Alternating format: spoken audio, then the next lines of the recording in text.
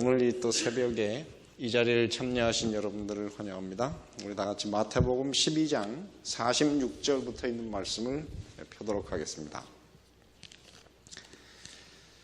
마태복음 12장 46절부터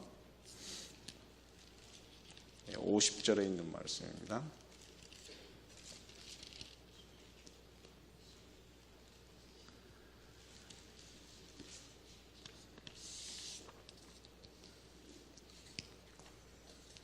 예수께서 무리에게 말씀하실 때에 그 모친과 누가 나왔다고 했습니까? 동생들이 예수께 말을 하려고 밖에 섰더니 한 사람이 예수께 여짜오되 보소서 당신의 모친과 동생들이 당신께 말하려고 밖에 섰나이다 하니 말하던 사람에게 대답하여 가라사대 누가 내 모친이며 내 동생들이냐 하시고 손을 내밀어 제자들을 가리켜 가라사대 나의 모친과 나의 동생들을 보라. 누구든지 하늘에 계신 내 아버지의 뜻대로 하는 자가 내 형제요 자매요 모친이니라 하시더라. 오늘 이 새벽에 이 자리를 참여하신 여러분들을 진심으로 환영합니다. 예수님은 이렇게 만나면 여러분이 아마 오늘 예수님을 만난다 그러면 예수님은 어떤 분일 것 같습니까? 여러분 그 예수님이 하나님의 아들이기도 하지만은 하나님의 아들인 그런 모습을 떠나서 한 인간적인 예수님은 굉장히 어떻겠어요? 따뜻한 그런 분일 거예요. 그죠?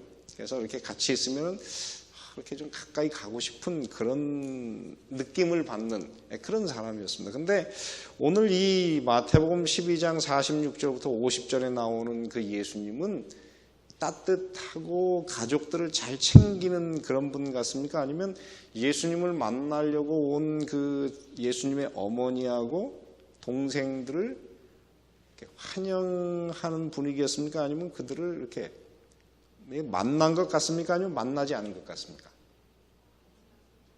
이 분위기 보면 예수님께서 그 어머니하고 형제들을 만나지 않은 것 같아요. 이런 말을 요즘 말로 하면 문전박대라고 해야 되나요? 예수님을 만나려고 형제들과 그러니까 동생들과 모친이 왔지만은 예수님께서 전혀 그들에게 관심을 갖지 않습니다. 심지어는 만나주지도 않아요. 그래서 저는 그 예수님의 이 글을 보면서 야, 예수님이 이렇게 차가운 분인가? 이런 생각을 할 때도 있습니다. 왜 이런 일이 벌어졌을까? 우리가 잘 아는 그 이상구 박사님이 참 굉장히 좋은 분이에요. 근데 한 번은 제가 이상구 박사님에게 저희 교회에 그 암에 걸리신 분이 있어요. 암 수술을 이제 막 받으신 분인데 그래서 어떻게 하면 이분이 건강을 잘 챙길 수 있을까 그래서 이제 이상구 박사가 건강 세미나를 할 때에 그 분을 이제 직접 데리고 가서 개인 면담을 시켰어요. 근데 개인 면담을 시켰더니 얼마나 쌀쌀한지 그 이상구 박사가 저렇게 쌀쌀한 사람인가 해요. 저도 사실 별로 이상구 박사를 개인적으로 안 좋아하게 됐어요. 근데 그 이상구 박사가 그럴 때만 많은 경우에 그래 그분이 대중한테는 굉장히 이렇게 다정다감한 것 같은데 1대1로 만나면 굉장히 쌀쌀할 때가 많습니다. 근데 예수님은 사실 그런 분은 아니세요. 예수님은 정말 사랑이 많으신 분입니다. 근데 이곳에서 나오는 그 동생들이라고 하는 단어도 우리가 조금 생각을 해볼 필요가 있습니다. 이 동생이 과연 누구입니까? 그러니까 예수님의 어머니인 마리아가 난 예수님 밑으로 난 친동생들입니까? 아니면은 예수님의 그 어머니 마리아가 그 요셉과 결혼하기 전에 요셉의 그 전처가 죽고 그 다음에 이 마리아가 이 나이든 자식이 있었던 이 요셉과 결혼을 한 것입니까? 우리가 뭔지는 잘 알 수가 없어요. 사실 성경에 보면은 이 동생들이라고 하는 단어가 헬라어로 보면은 아델포스. 그래서 영어로 번역하려고 하면 brothers. 그러니까 brothers니까는 이거는 형이 될 수도 있고 누가 될 수도 있습니까? 동생이 될 수가 있어요. 근데 그 예수님께서 십자가상에 돌아가실 때에 그 자기 어머니를 누구에게 맡겼습니까? 사도 요한에게 맡겼어요. 그러니까 제자에게 맡겼다는 건 예수님하고 그 요한하고는 사실 피도 한 방울 안 섞인 사이고 마리아하고 요한하고도 피가 전혀 섞이지 않은 상태이지만은 성경에 의하면은 이 요한이 그때부터 어떻게 해요? 예수님의 어머니 마리아를 모시고 다녔어요. 그래가지고 죽는 그날까지 이 사도 요한이 마리아를 잘 그 아들처럼 극진하게 대접을 했습니다. 그래서 실제로 그 에베소에 가면은 사도 요한의 무덤과 거기 마리아의 무덤이 있어요. 그러니까 아마 끝날 때까지 예수님은 그 여기에 나오는 그 예수님의 그 동생들 혹은 형제들에게 형제들이 예수님을 어머니를 모시지 않았습니다. 그러니까 이게 왜 그러냐 이 말이에요. 전반적인 분위기를 보면은 이런 가정, 예를 들어서 그 이복 형제들이 있을 때 그러죠. 그러니까 이제 가족이 있는데 거기에 어머니가 나중에 이제 재혼해서 들어오시면 그 이복 형제들은 그 배다른 어머니를 모시지 않아요. 그죠? 대체적으로 모시지 않는 것이 일반적인 습관입니다. 그래서 이 상황에서도 그게 이해가 될 수가 있어요. 물론 이제 사도 요한이 그만큼 정말 예수님의 말을 충실하게 따랐기 때문에 그렇게 할 수도 있지만은 전반적인 분위기를 본다 그러면은 이게 예수님의 이복 형제들일 가능성이 있습니다. 그래서 다 나이가 좀 예수님보다 많았고 예수님은 그 형제들 맨 끝에 이복 형제로 태어났고 그래서 사이가 별로 그렇게 좋지 않은 그리고 예수님의 어머니 마리아는 그 이후에 형제들을 낳지 않았을 가능성이 훨씬 커요. 그래서 요한복음 7장을 한번 보시기 바랍니다. 요한복음 7장에 보면은 이렇게 기록이 되었습니다. 요한복음 7장 3절부터 읽겠습니다. 그 형제들이 예수께 이르되 당신의 행하는 일을 제자들도 보게 여기를 떠나가소서. 근데 이 떠나가소서라고 하는 말을 우리가 여기서는 존칭어로 번역을 했지만은 이게 존칭어로 번역을 하지 않았을 원래는 존칭어가 아니었을 가능성이 커요. 왜냐하면 예수님의 그 형제들이 이복 형제이고 나이가 많은 사람이라면 예수님은 더 어렸으니까 뭐랄까요? 너가 하는 일을 내 제자들이 볼 수 있도록 여기를 떠나가라. 그들이 스스로 나타나기를 구하면서 묻혀서 일하는 사람이 없나니 이 일을 행하려거든 자신을 세상에 나타내라. 그 다음에 5절에 보면 뭐라고 했습니까? 이는 그 형제들도 예수를 어떻게 했습니까? 믿지 않았다. 이 전반적인 분위기를 보면 예수님과 형제들은 그렇게 사이가 좋지 않았습니다. 같은 가족이지만은 특별히 그 형제들은 예수님을 서포트하지 않았어요. 예수님이 하는 일을 그렇게 싹 달가워하지 않았던 것 같아요. 그리고 하는 일이 좀 어리석다 이렇게 생각을 했는지 모르겠습니다. 그래서 이 전반적인 분위기를 본다 그러면 이 형들은 여기 나오는 형제들은 예수님의 말을 듣는 입장이 아니고 예수님께 어떻게 해요? 충고하는 입장이 있어요. 이렇게 하는 게 별로 올바른 일이 아니기 때문에 어떻게 해요? 네가 올바로 하려고 그러면 예루살렘으로 올라가라고.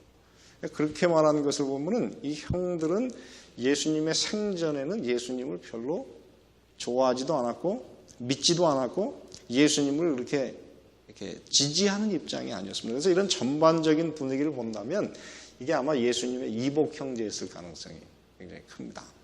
그렇다고 해도 예수님이 그러면 이복 형제들에게 더 따뜻하게 해야 되지 않습니까? 더 따뜻하게 해서 그들을 이렇게 자기 사람으로 만들어야 되는데 왜 이렇게 냉랭했을까요?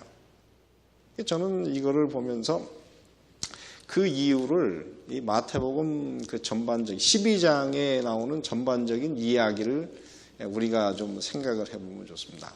마태복음 12장 22절부터 보면은 예수님께서 그때 마태복음 12장 22절부터 좀 잠깐 읽겠습니다. 그때 귀신 들려 눈멀고 벙어리 된 자를 데리고 왔거늘 예수께서 고쳐주심에 그 벙어리가 말하며 보게 된지라. 무리가 다 놀라 가로되 이는 다윗의 자손이 아니냐 하니 바리새인들은 듣고 가로되 이가 귀신의 왕 바알세불을 힘입지 않고는 귀신을 어떻게 해요? 쫓아내지 못하느니라 하거늘. 예수님께서 이 땅에서 이 귀신이라고 하는 것을 우리가 연구해 볼 필요가 있는데 귀신이 들어오면 그 당시에는 어떻게 해요? 귀신이 들어오니까 멀쩡한 사람이 어땠습니까? 귀 먹고 소경이 됐어요. 그래서 그거 보지 못하는 일이 벌어졌는데 이게 마태복음 9장 30절에도 비슷한 사건이 똑같이 있어요. 거기에는 귀신 들린 사람이 벙어리가 됐어요. 근데 둘 다 예수님께서 어떻게 했습니까? 고쳐줬어요. 그랬더니 많은 사람들은 뭐라냐, 이와 같은 일을 우리가 본 적이 없다 그랬고, 여기서는 심지어는 뭐냐면 이 사람이 다윗의 자손이 아니냐. 다윗의 자손이 아니냐라고 하는 얘기는 무엇입니까?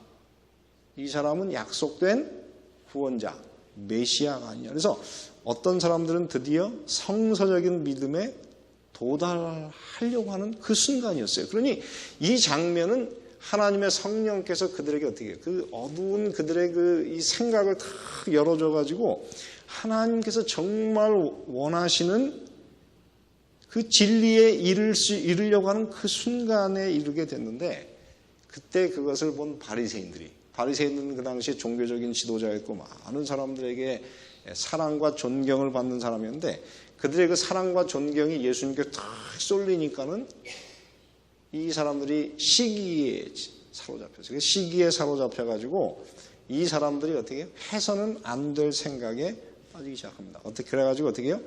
이거는 예수님이 하나님의 초자연적인 하나님의 능력이 아니고 누구에 의해서? 귀신의 왕 바알세불의 능력으로 이 일을 하고 있다. 이렇게 이야기했습니다. 그래서 많은 사람이 예수님을 믿으려고 하는 그 순간에 이 바리새인들의 이 시기와 질투에서 나오는 이 이야기 때문에 어떻게 해요? 사람들이 정말 그럴까? 그래서 예수님께 마음을 주려다가 지금 멈칫하고 이렇게 사람들의 생각이 혼란에 빠져 있는 그런 순간이었어요. 그래가지고 이 소문이 점점 퍼져가지고 예수님이 하나님의 능력에서 기적을 베풀지만은 오히려 이 일이 예수님의 사업에 굉장히 어려움을 끼치는. 여러분, 오늘날에도 이런 일이 벌어집니까? 이런 일이 얼마든지 벌어지고 있어요. 여러분, 성경을 읽어보면 이 마지막 시대에 하나님의 계명과 예수의 믿음을 지키는 이 제7일 안식일을 포함한 이 제7일 안식일 예수제일교회가 등장하고, 이것이 이 마지막 시대 온 세상의 복음으로 전파되는 일은 하나님의 막을 수 없는 하나님의 계획된 사건입니다. 그런데 지금 개신교회의 유명한 목사들이 뭐라 그래요? 안식일 교회는 무엇이라고 해요? 이단이라고 해요. 그러면 그 생각이 지금 어디에서 온 것입니까? 이 생각이 하나님에게서 온 거예요? 아니면은 사실은 예수님이 귀신의 왕 바알세불을 힘입어서 이런 일을 한다고 한 이 이야기는 누구에게서 나온 생각이에요? 사실은 사단에게서 온 생각이에요. 예수님께서 큰 일을 벌이기 때문에 이 사람들의 생각을 그릇된 것으로 인도하기 위해서 사단이 만든 생각을 이 시기 때문에, 질투 때문에 바리새인들이 그 말을 하게 된 거예요.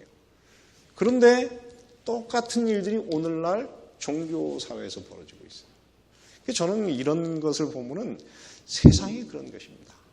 근데 문제는 이렇게 해가지고 예수님이 어떻게 약간 이상해졌다.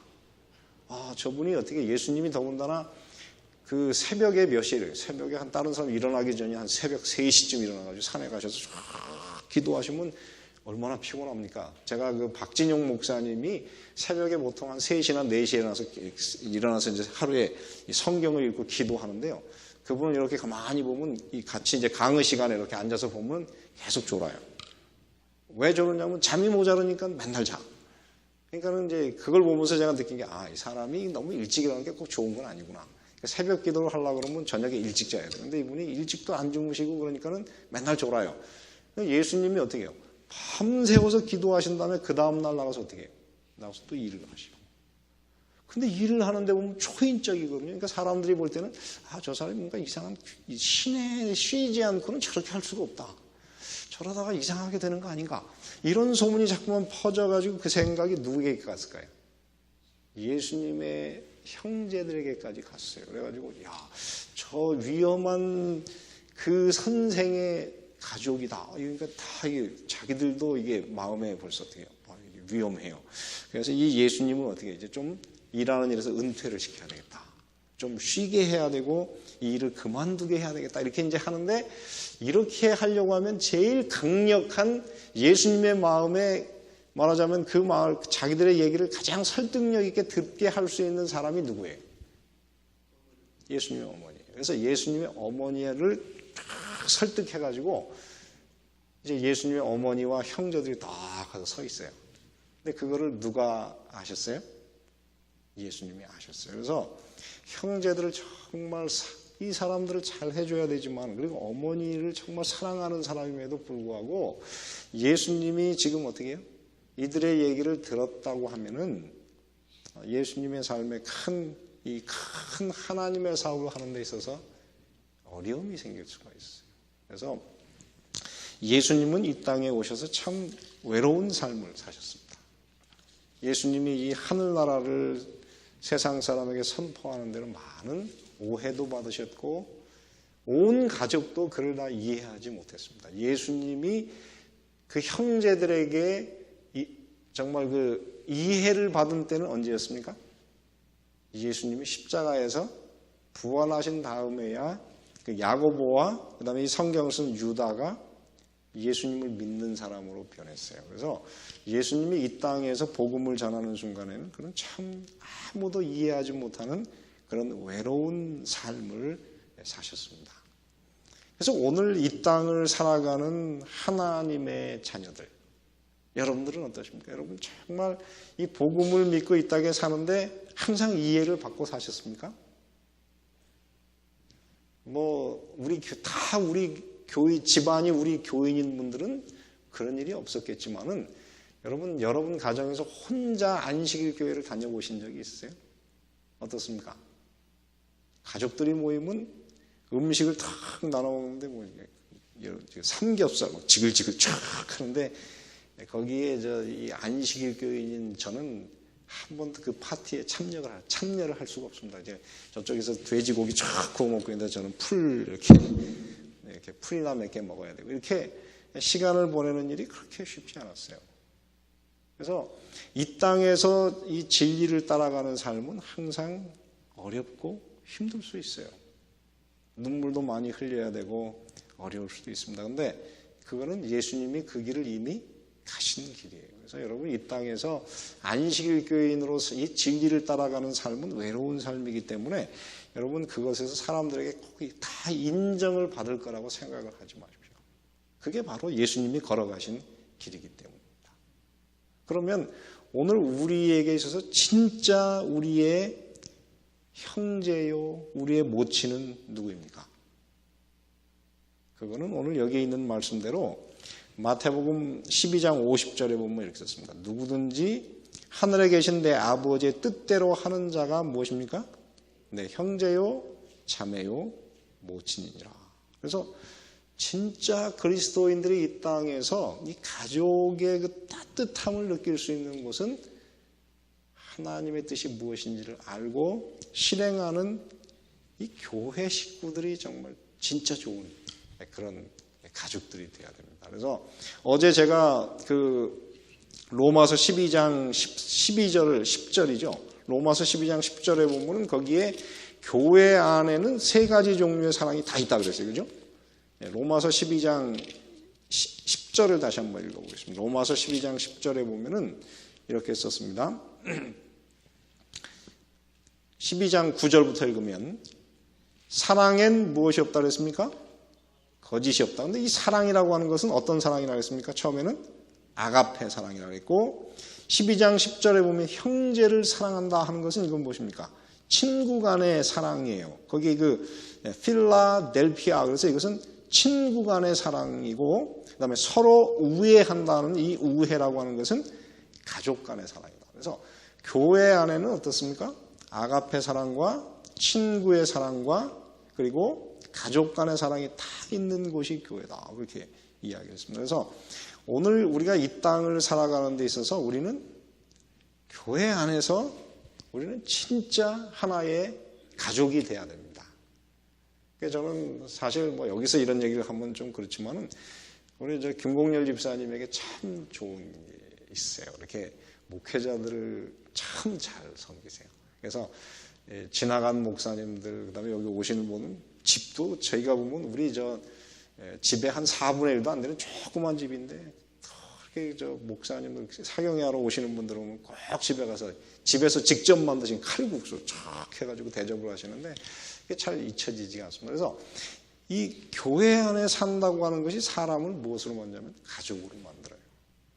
그래서 우리는 이 교회 안에 무엇이 있습니까? 진짜 친구도 있고 진짜 가족도 있고 서로를 사랑하는 그런 한 가족으로 우리를 서로 섬기는 그런 가족이 오늘 우리가 돼야 됩니다. 그래서 여러분 오늘 이 마태복음 12장 50절에 있는 말씀이 우리 한번 생각을 해보시면 진짜 여러분들이 사랑하는 사람들이 어디 있나?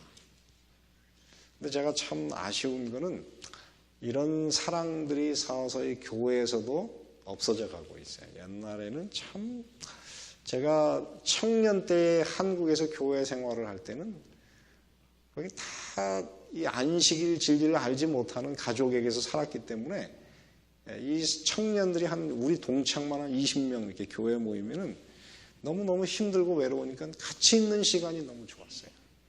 참 그 시간이 너무 아름다웠습니다. 그래서 저는 지금도 그때가 참 그리울 때가 있어요. 근데 그런 그 따뜻함을 제가 목사로 살면서도 많이 교회에서 못 느껴봤어요.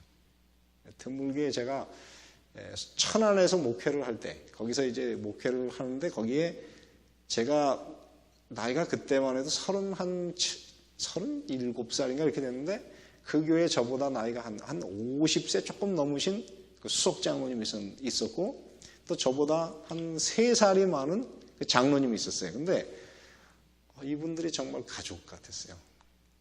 제가 같이 있을 때 어떤 때 이렇게 저하고 얘기를 하는데 큰 형이 자기 친동생에게 얘기하듯이 그 수석장로님이 큰 형이 친동생에게 얘기를 하듯이 그렇게 정말 따뜻하게 해줘. 그리고 제가 이제 거기서 미국으로 이제 공부를 하느라고 떠나서 올 때 그 3살 많았던 그 장로님은 마지막 이별을 하는데 가족을 떠나보내는 것처럼 거기서 막 통곡을 하시더라고요.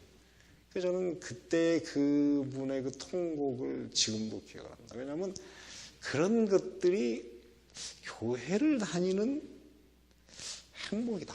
저는 그렇게 생각합니다. 그래서 우리가 이 땅에서 서로를 향해서 그런 정말 서로를 감동시킬 수 있는 그런 진실한 사랑을 가지고 우리가 서로를 사랑하는 예수님이 외로웠지만 그 하나님을 아버지로 받아들이고 예수님의 말씀을 순종했던 그 제자들을 통해서 이 가족의 사랑을 느꼈던 것처럼 우리들도 그런 그리스도 안에 있는 그 가족의 사랑으로 서로를 사랑하고 서로를 돌보는 그런 삶을 살았으면 좋겠습니다. 오늘 아침에 우리 박혜임 집사님이 이곳에 오셨는데 보니까는 우리 고정순 집사님하고 같이 이렇게 탁 오셨더라고요. 근데 참 좋습니다. 이게 얼마나 좋습니까? 우리 박혜임 집사님은 이제 사고가 나가지고 혼자 운전하기도 힘드신데 우리 고정순 집사님이 언니 우리 같이 갑시다. 이렇게 둘이 쫙 같이 오는 게 얼마나 아름답습니까? 이게 그리스도인의 관계라는 거예요. 서로를 배려해주는, 그죠? 서로를 배려해주고 생각해주는. 나를 생각하는 것이 아니고 내가 이렇게 섬겨야 될 사람을 배려하는. 그래서 그리스도인의 신앙이라고 하는 것은 배려다. 저는 그렇게 생각해요. 나의 입장이 아닌 다른 사람의 입장에서 서로를 생각해주는.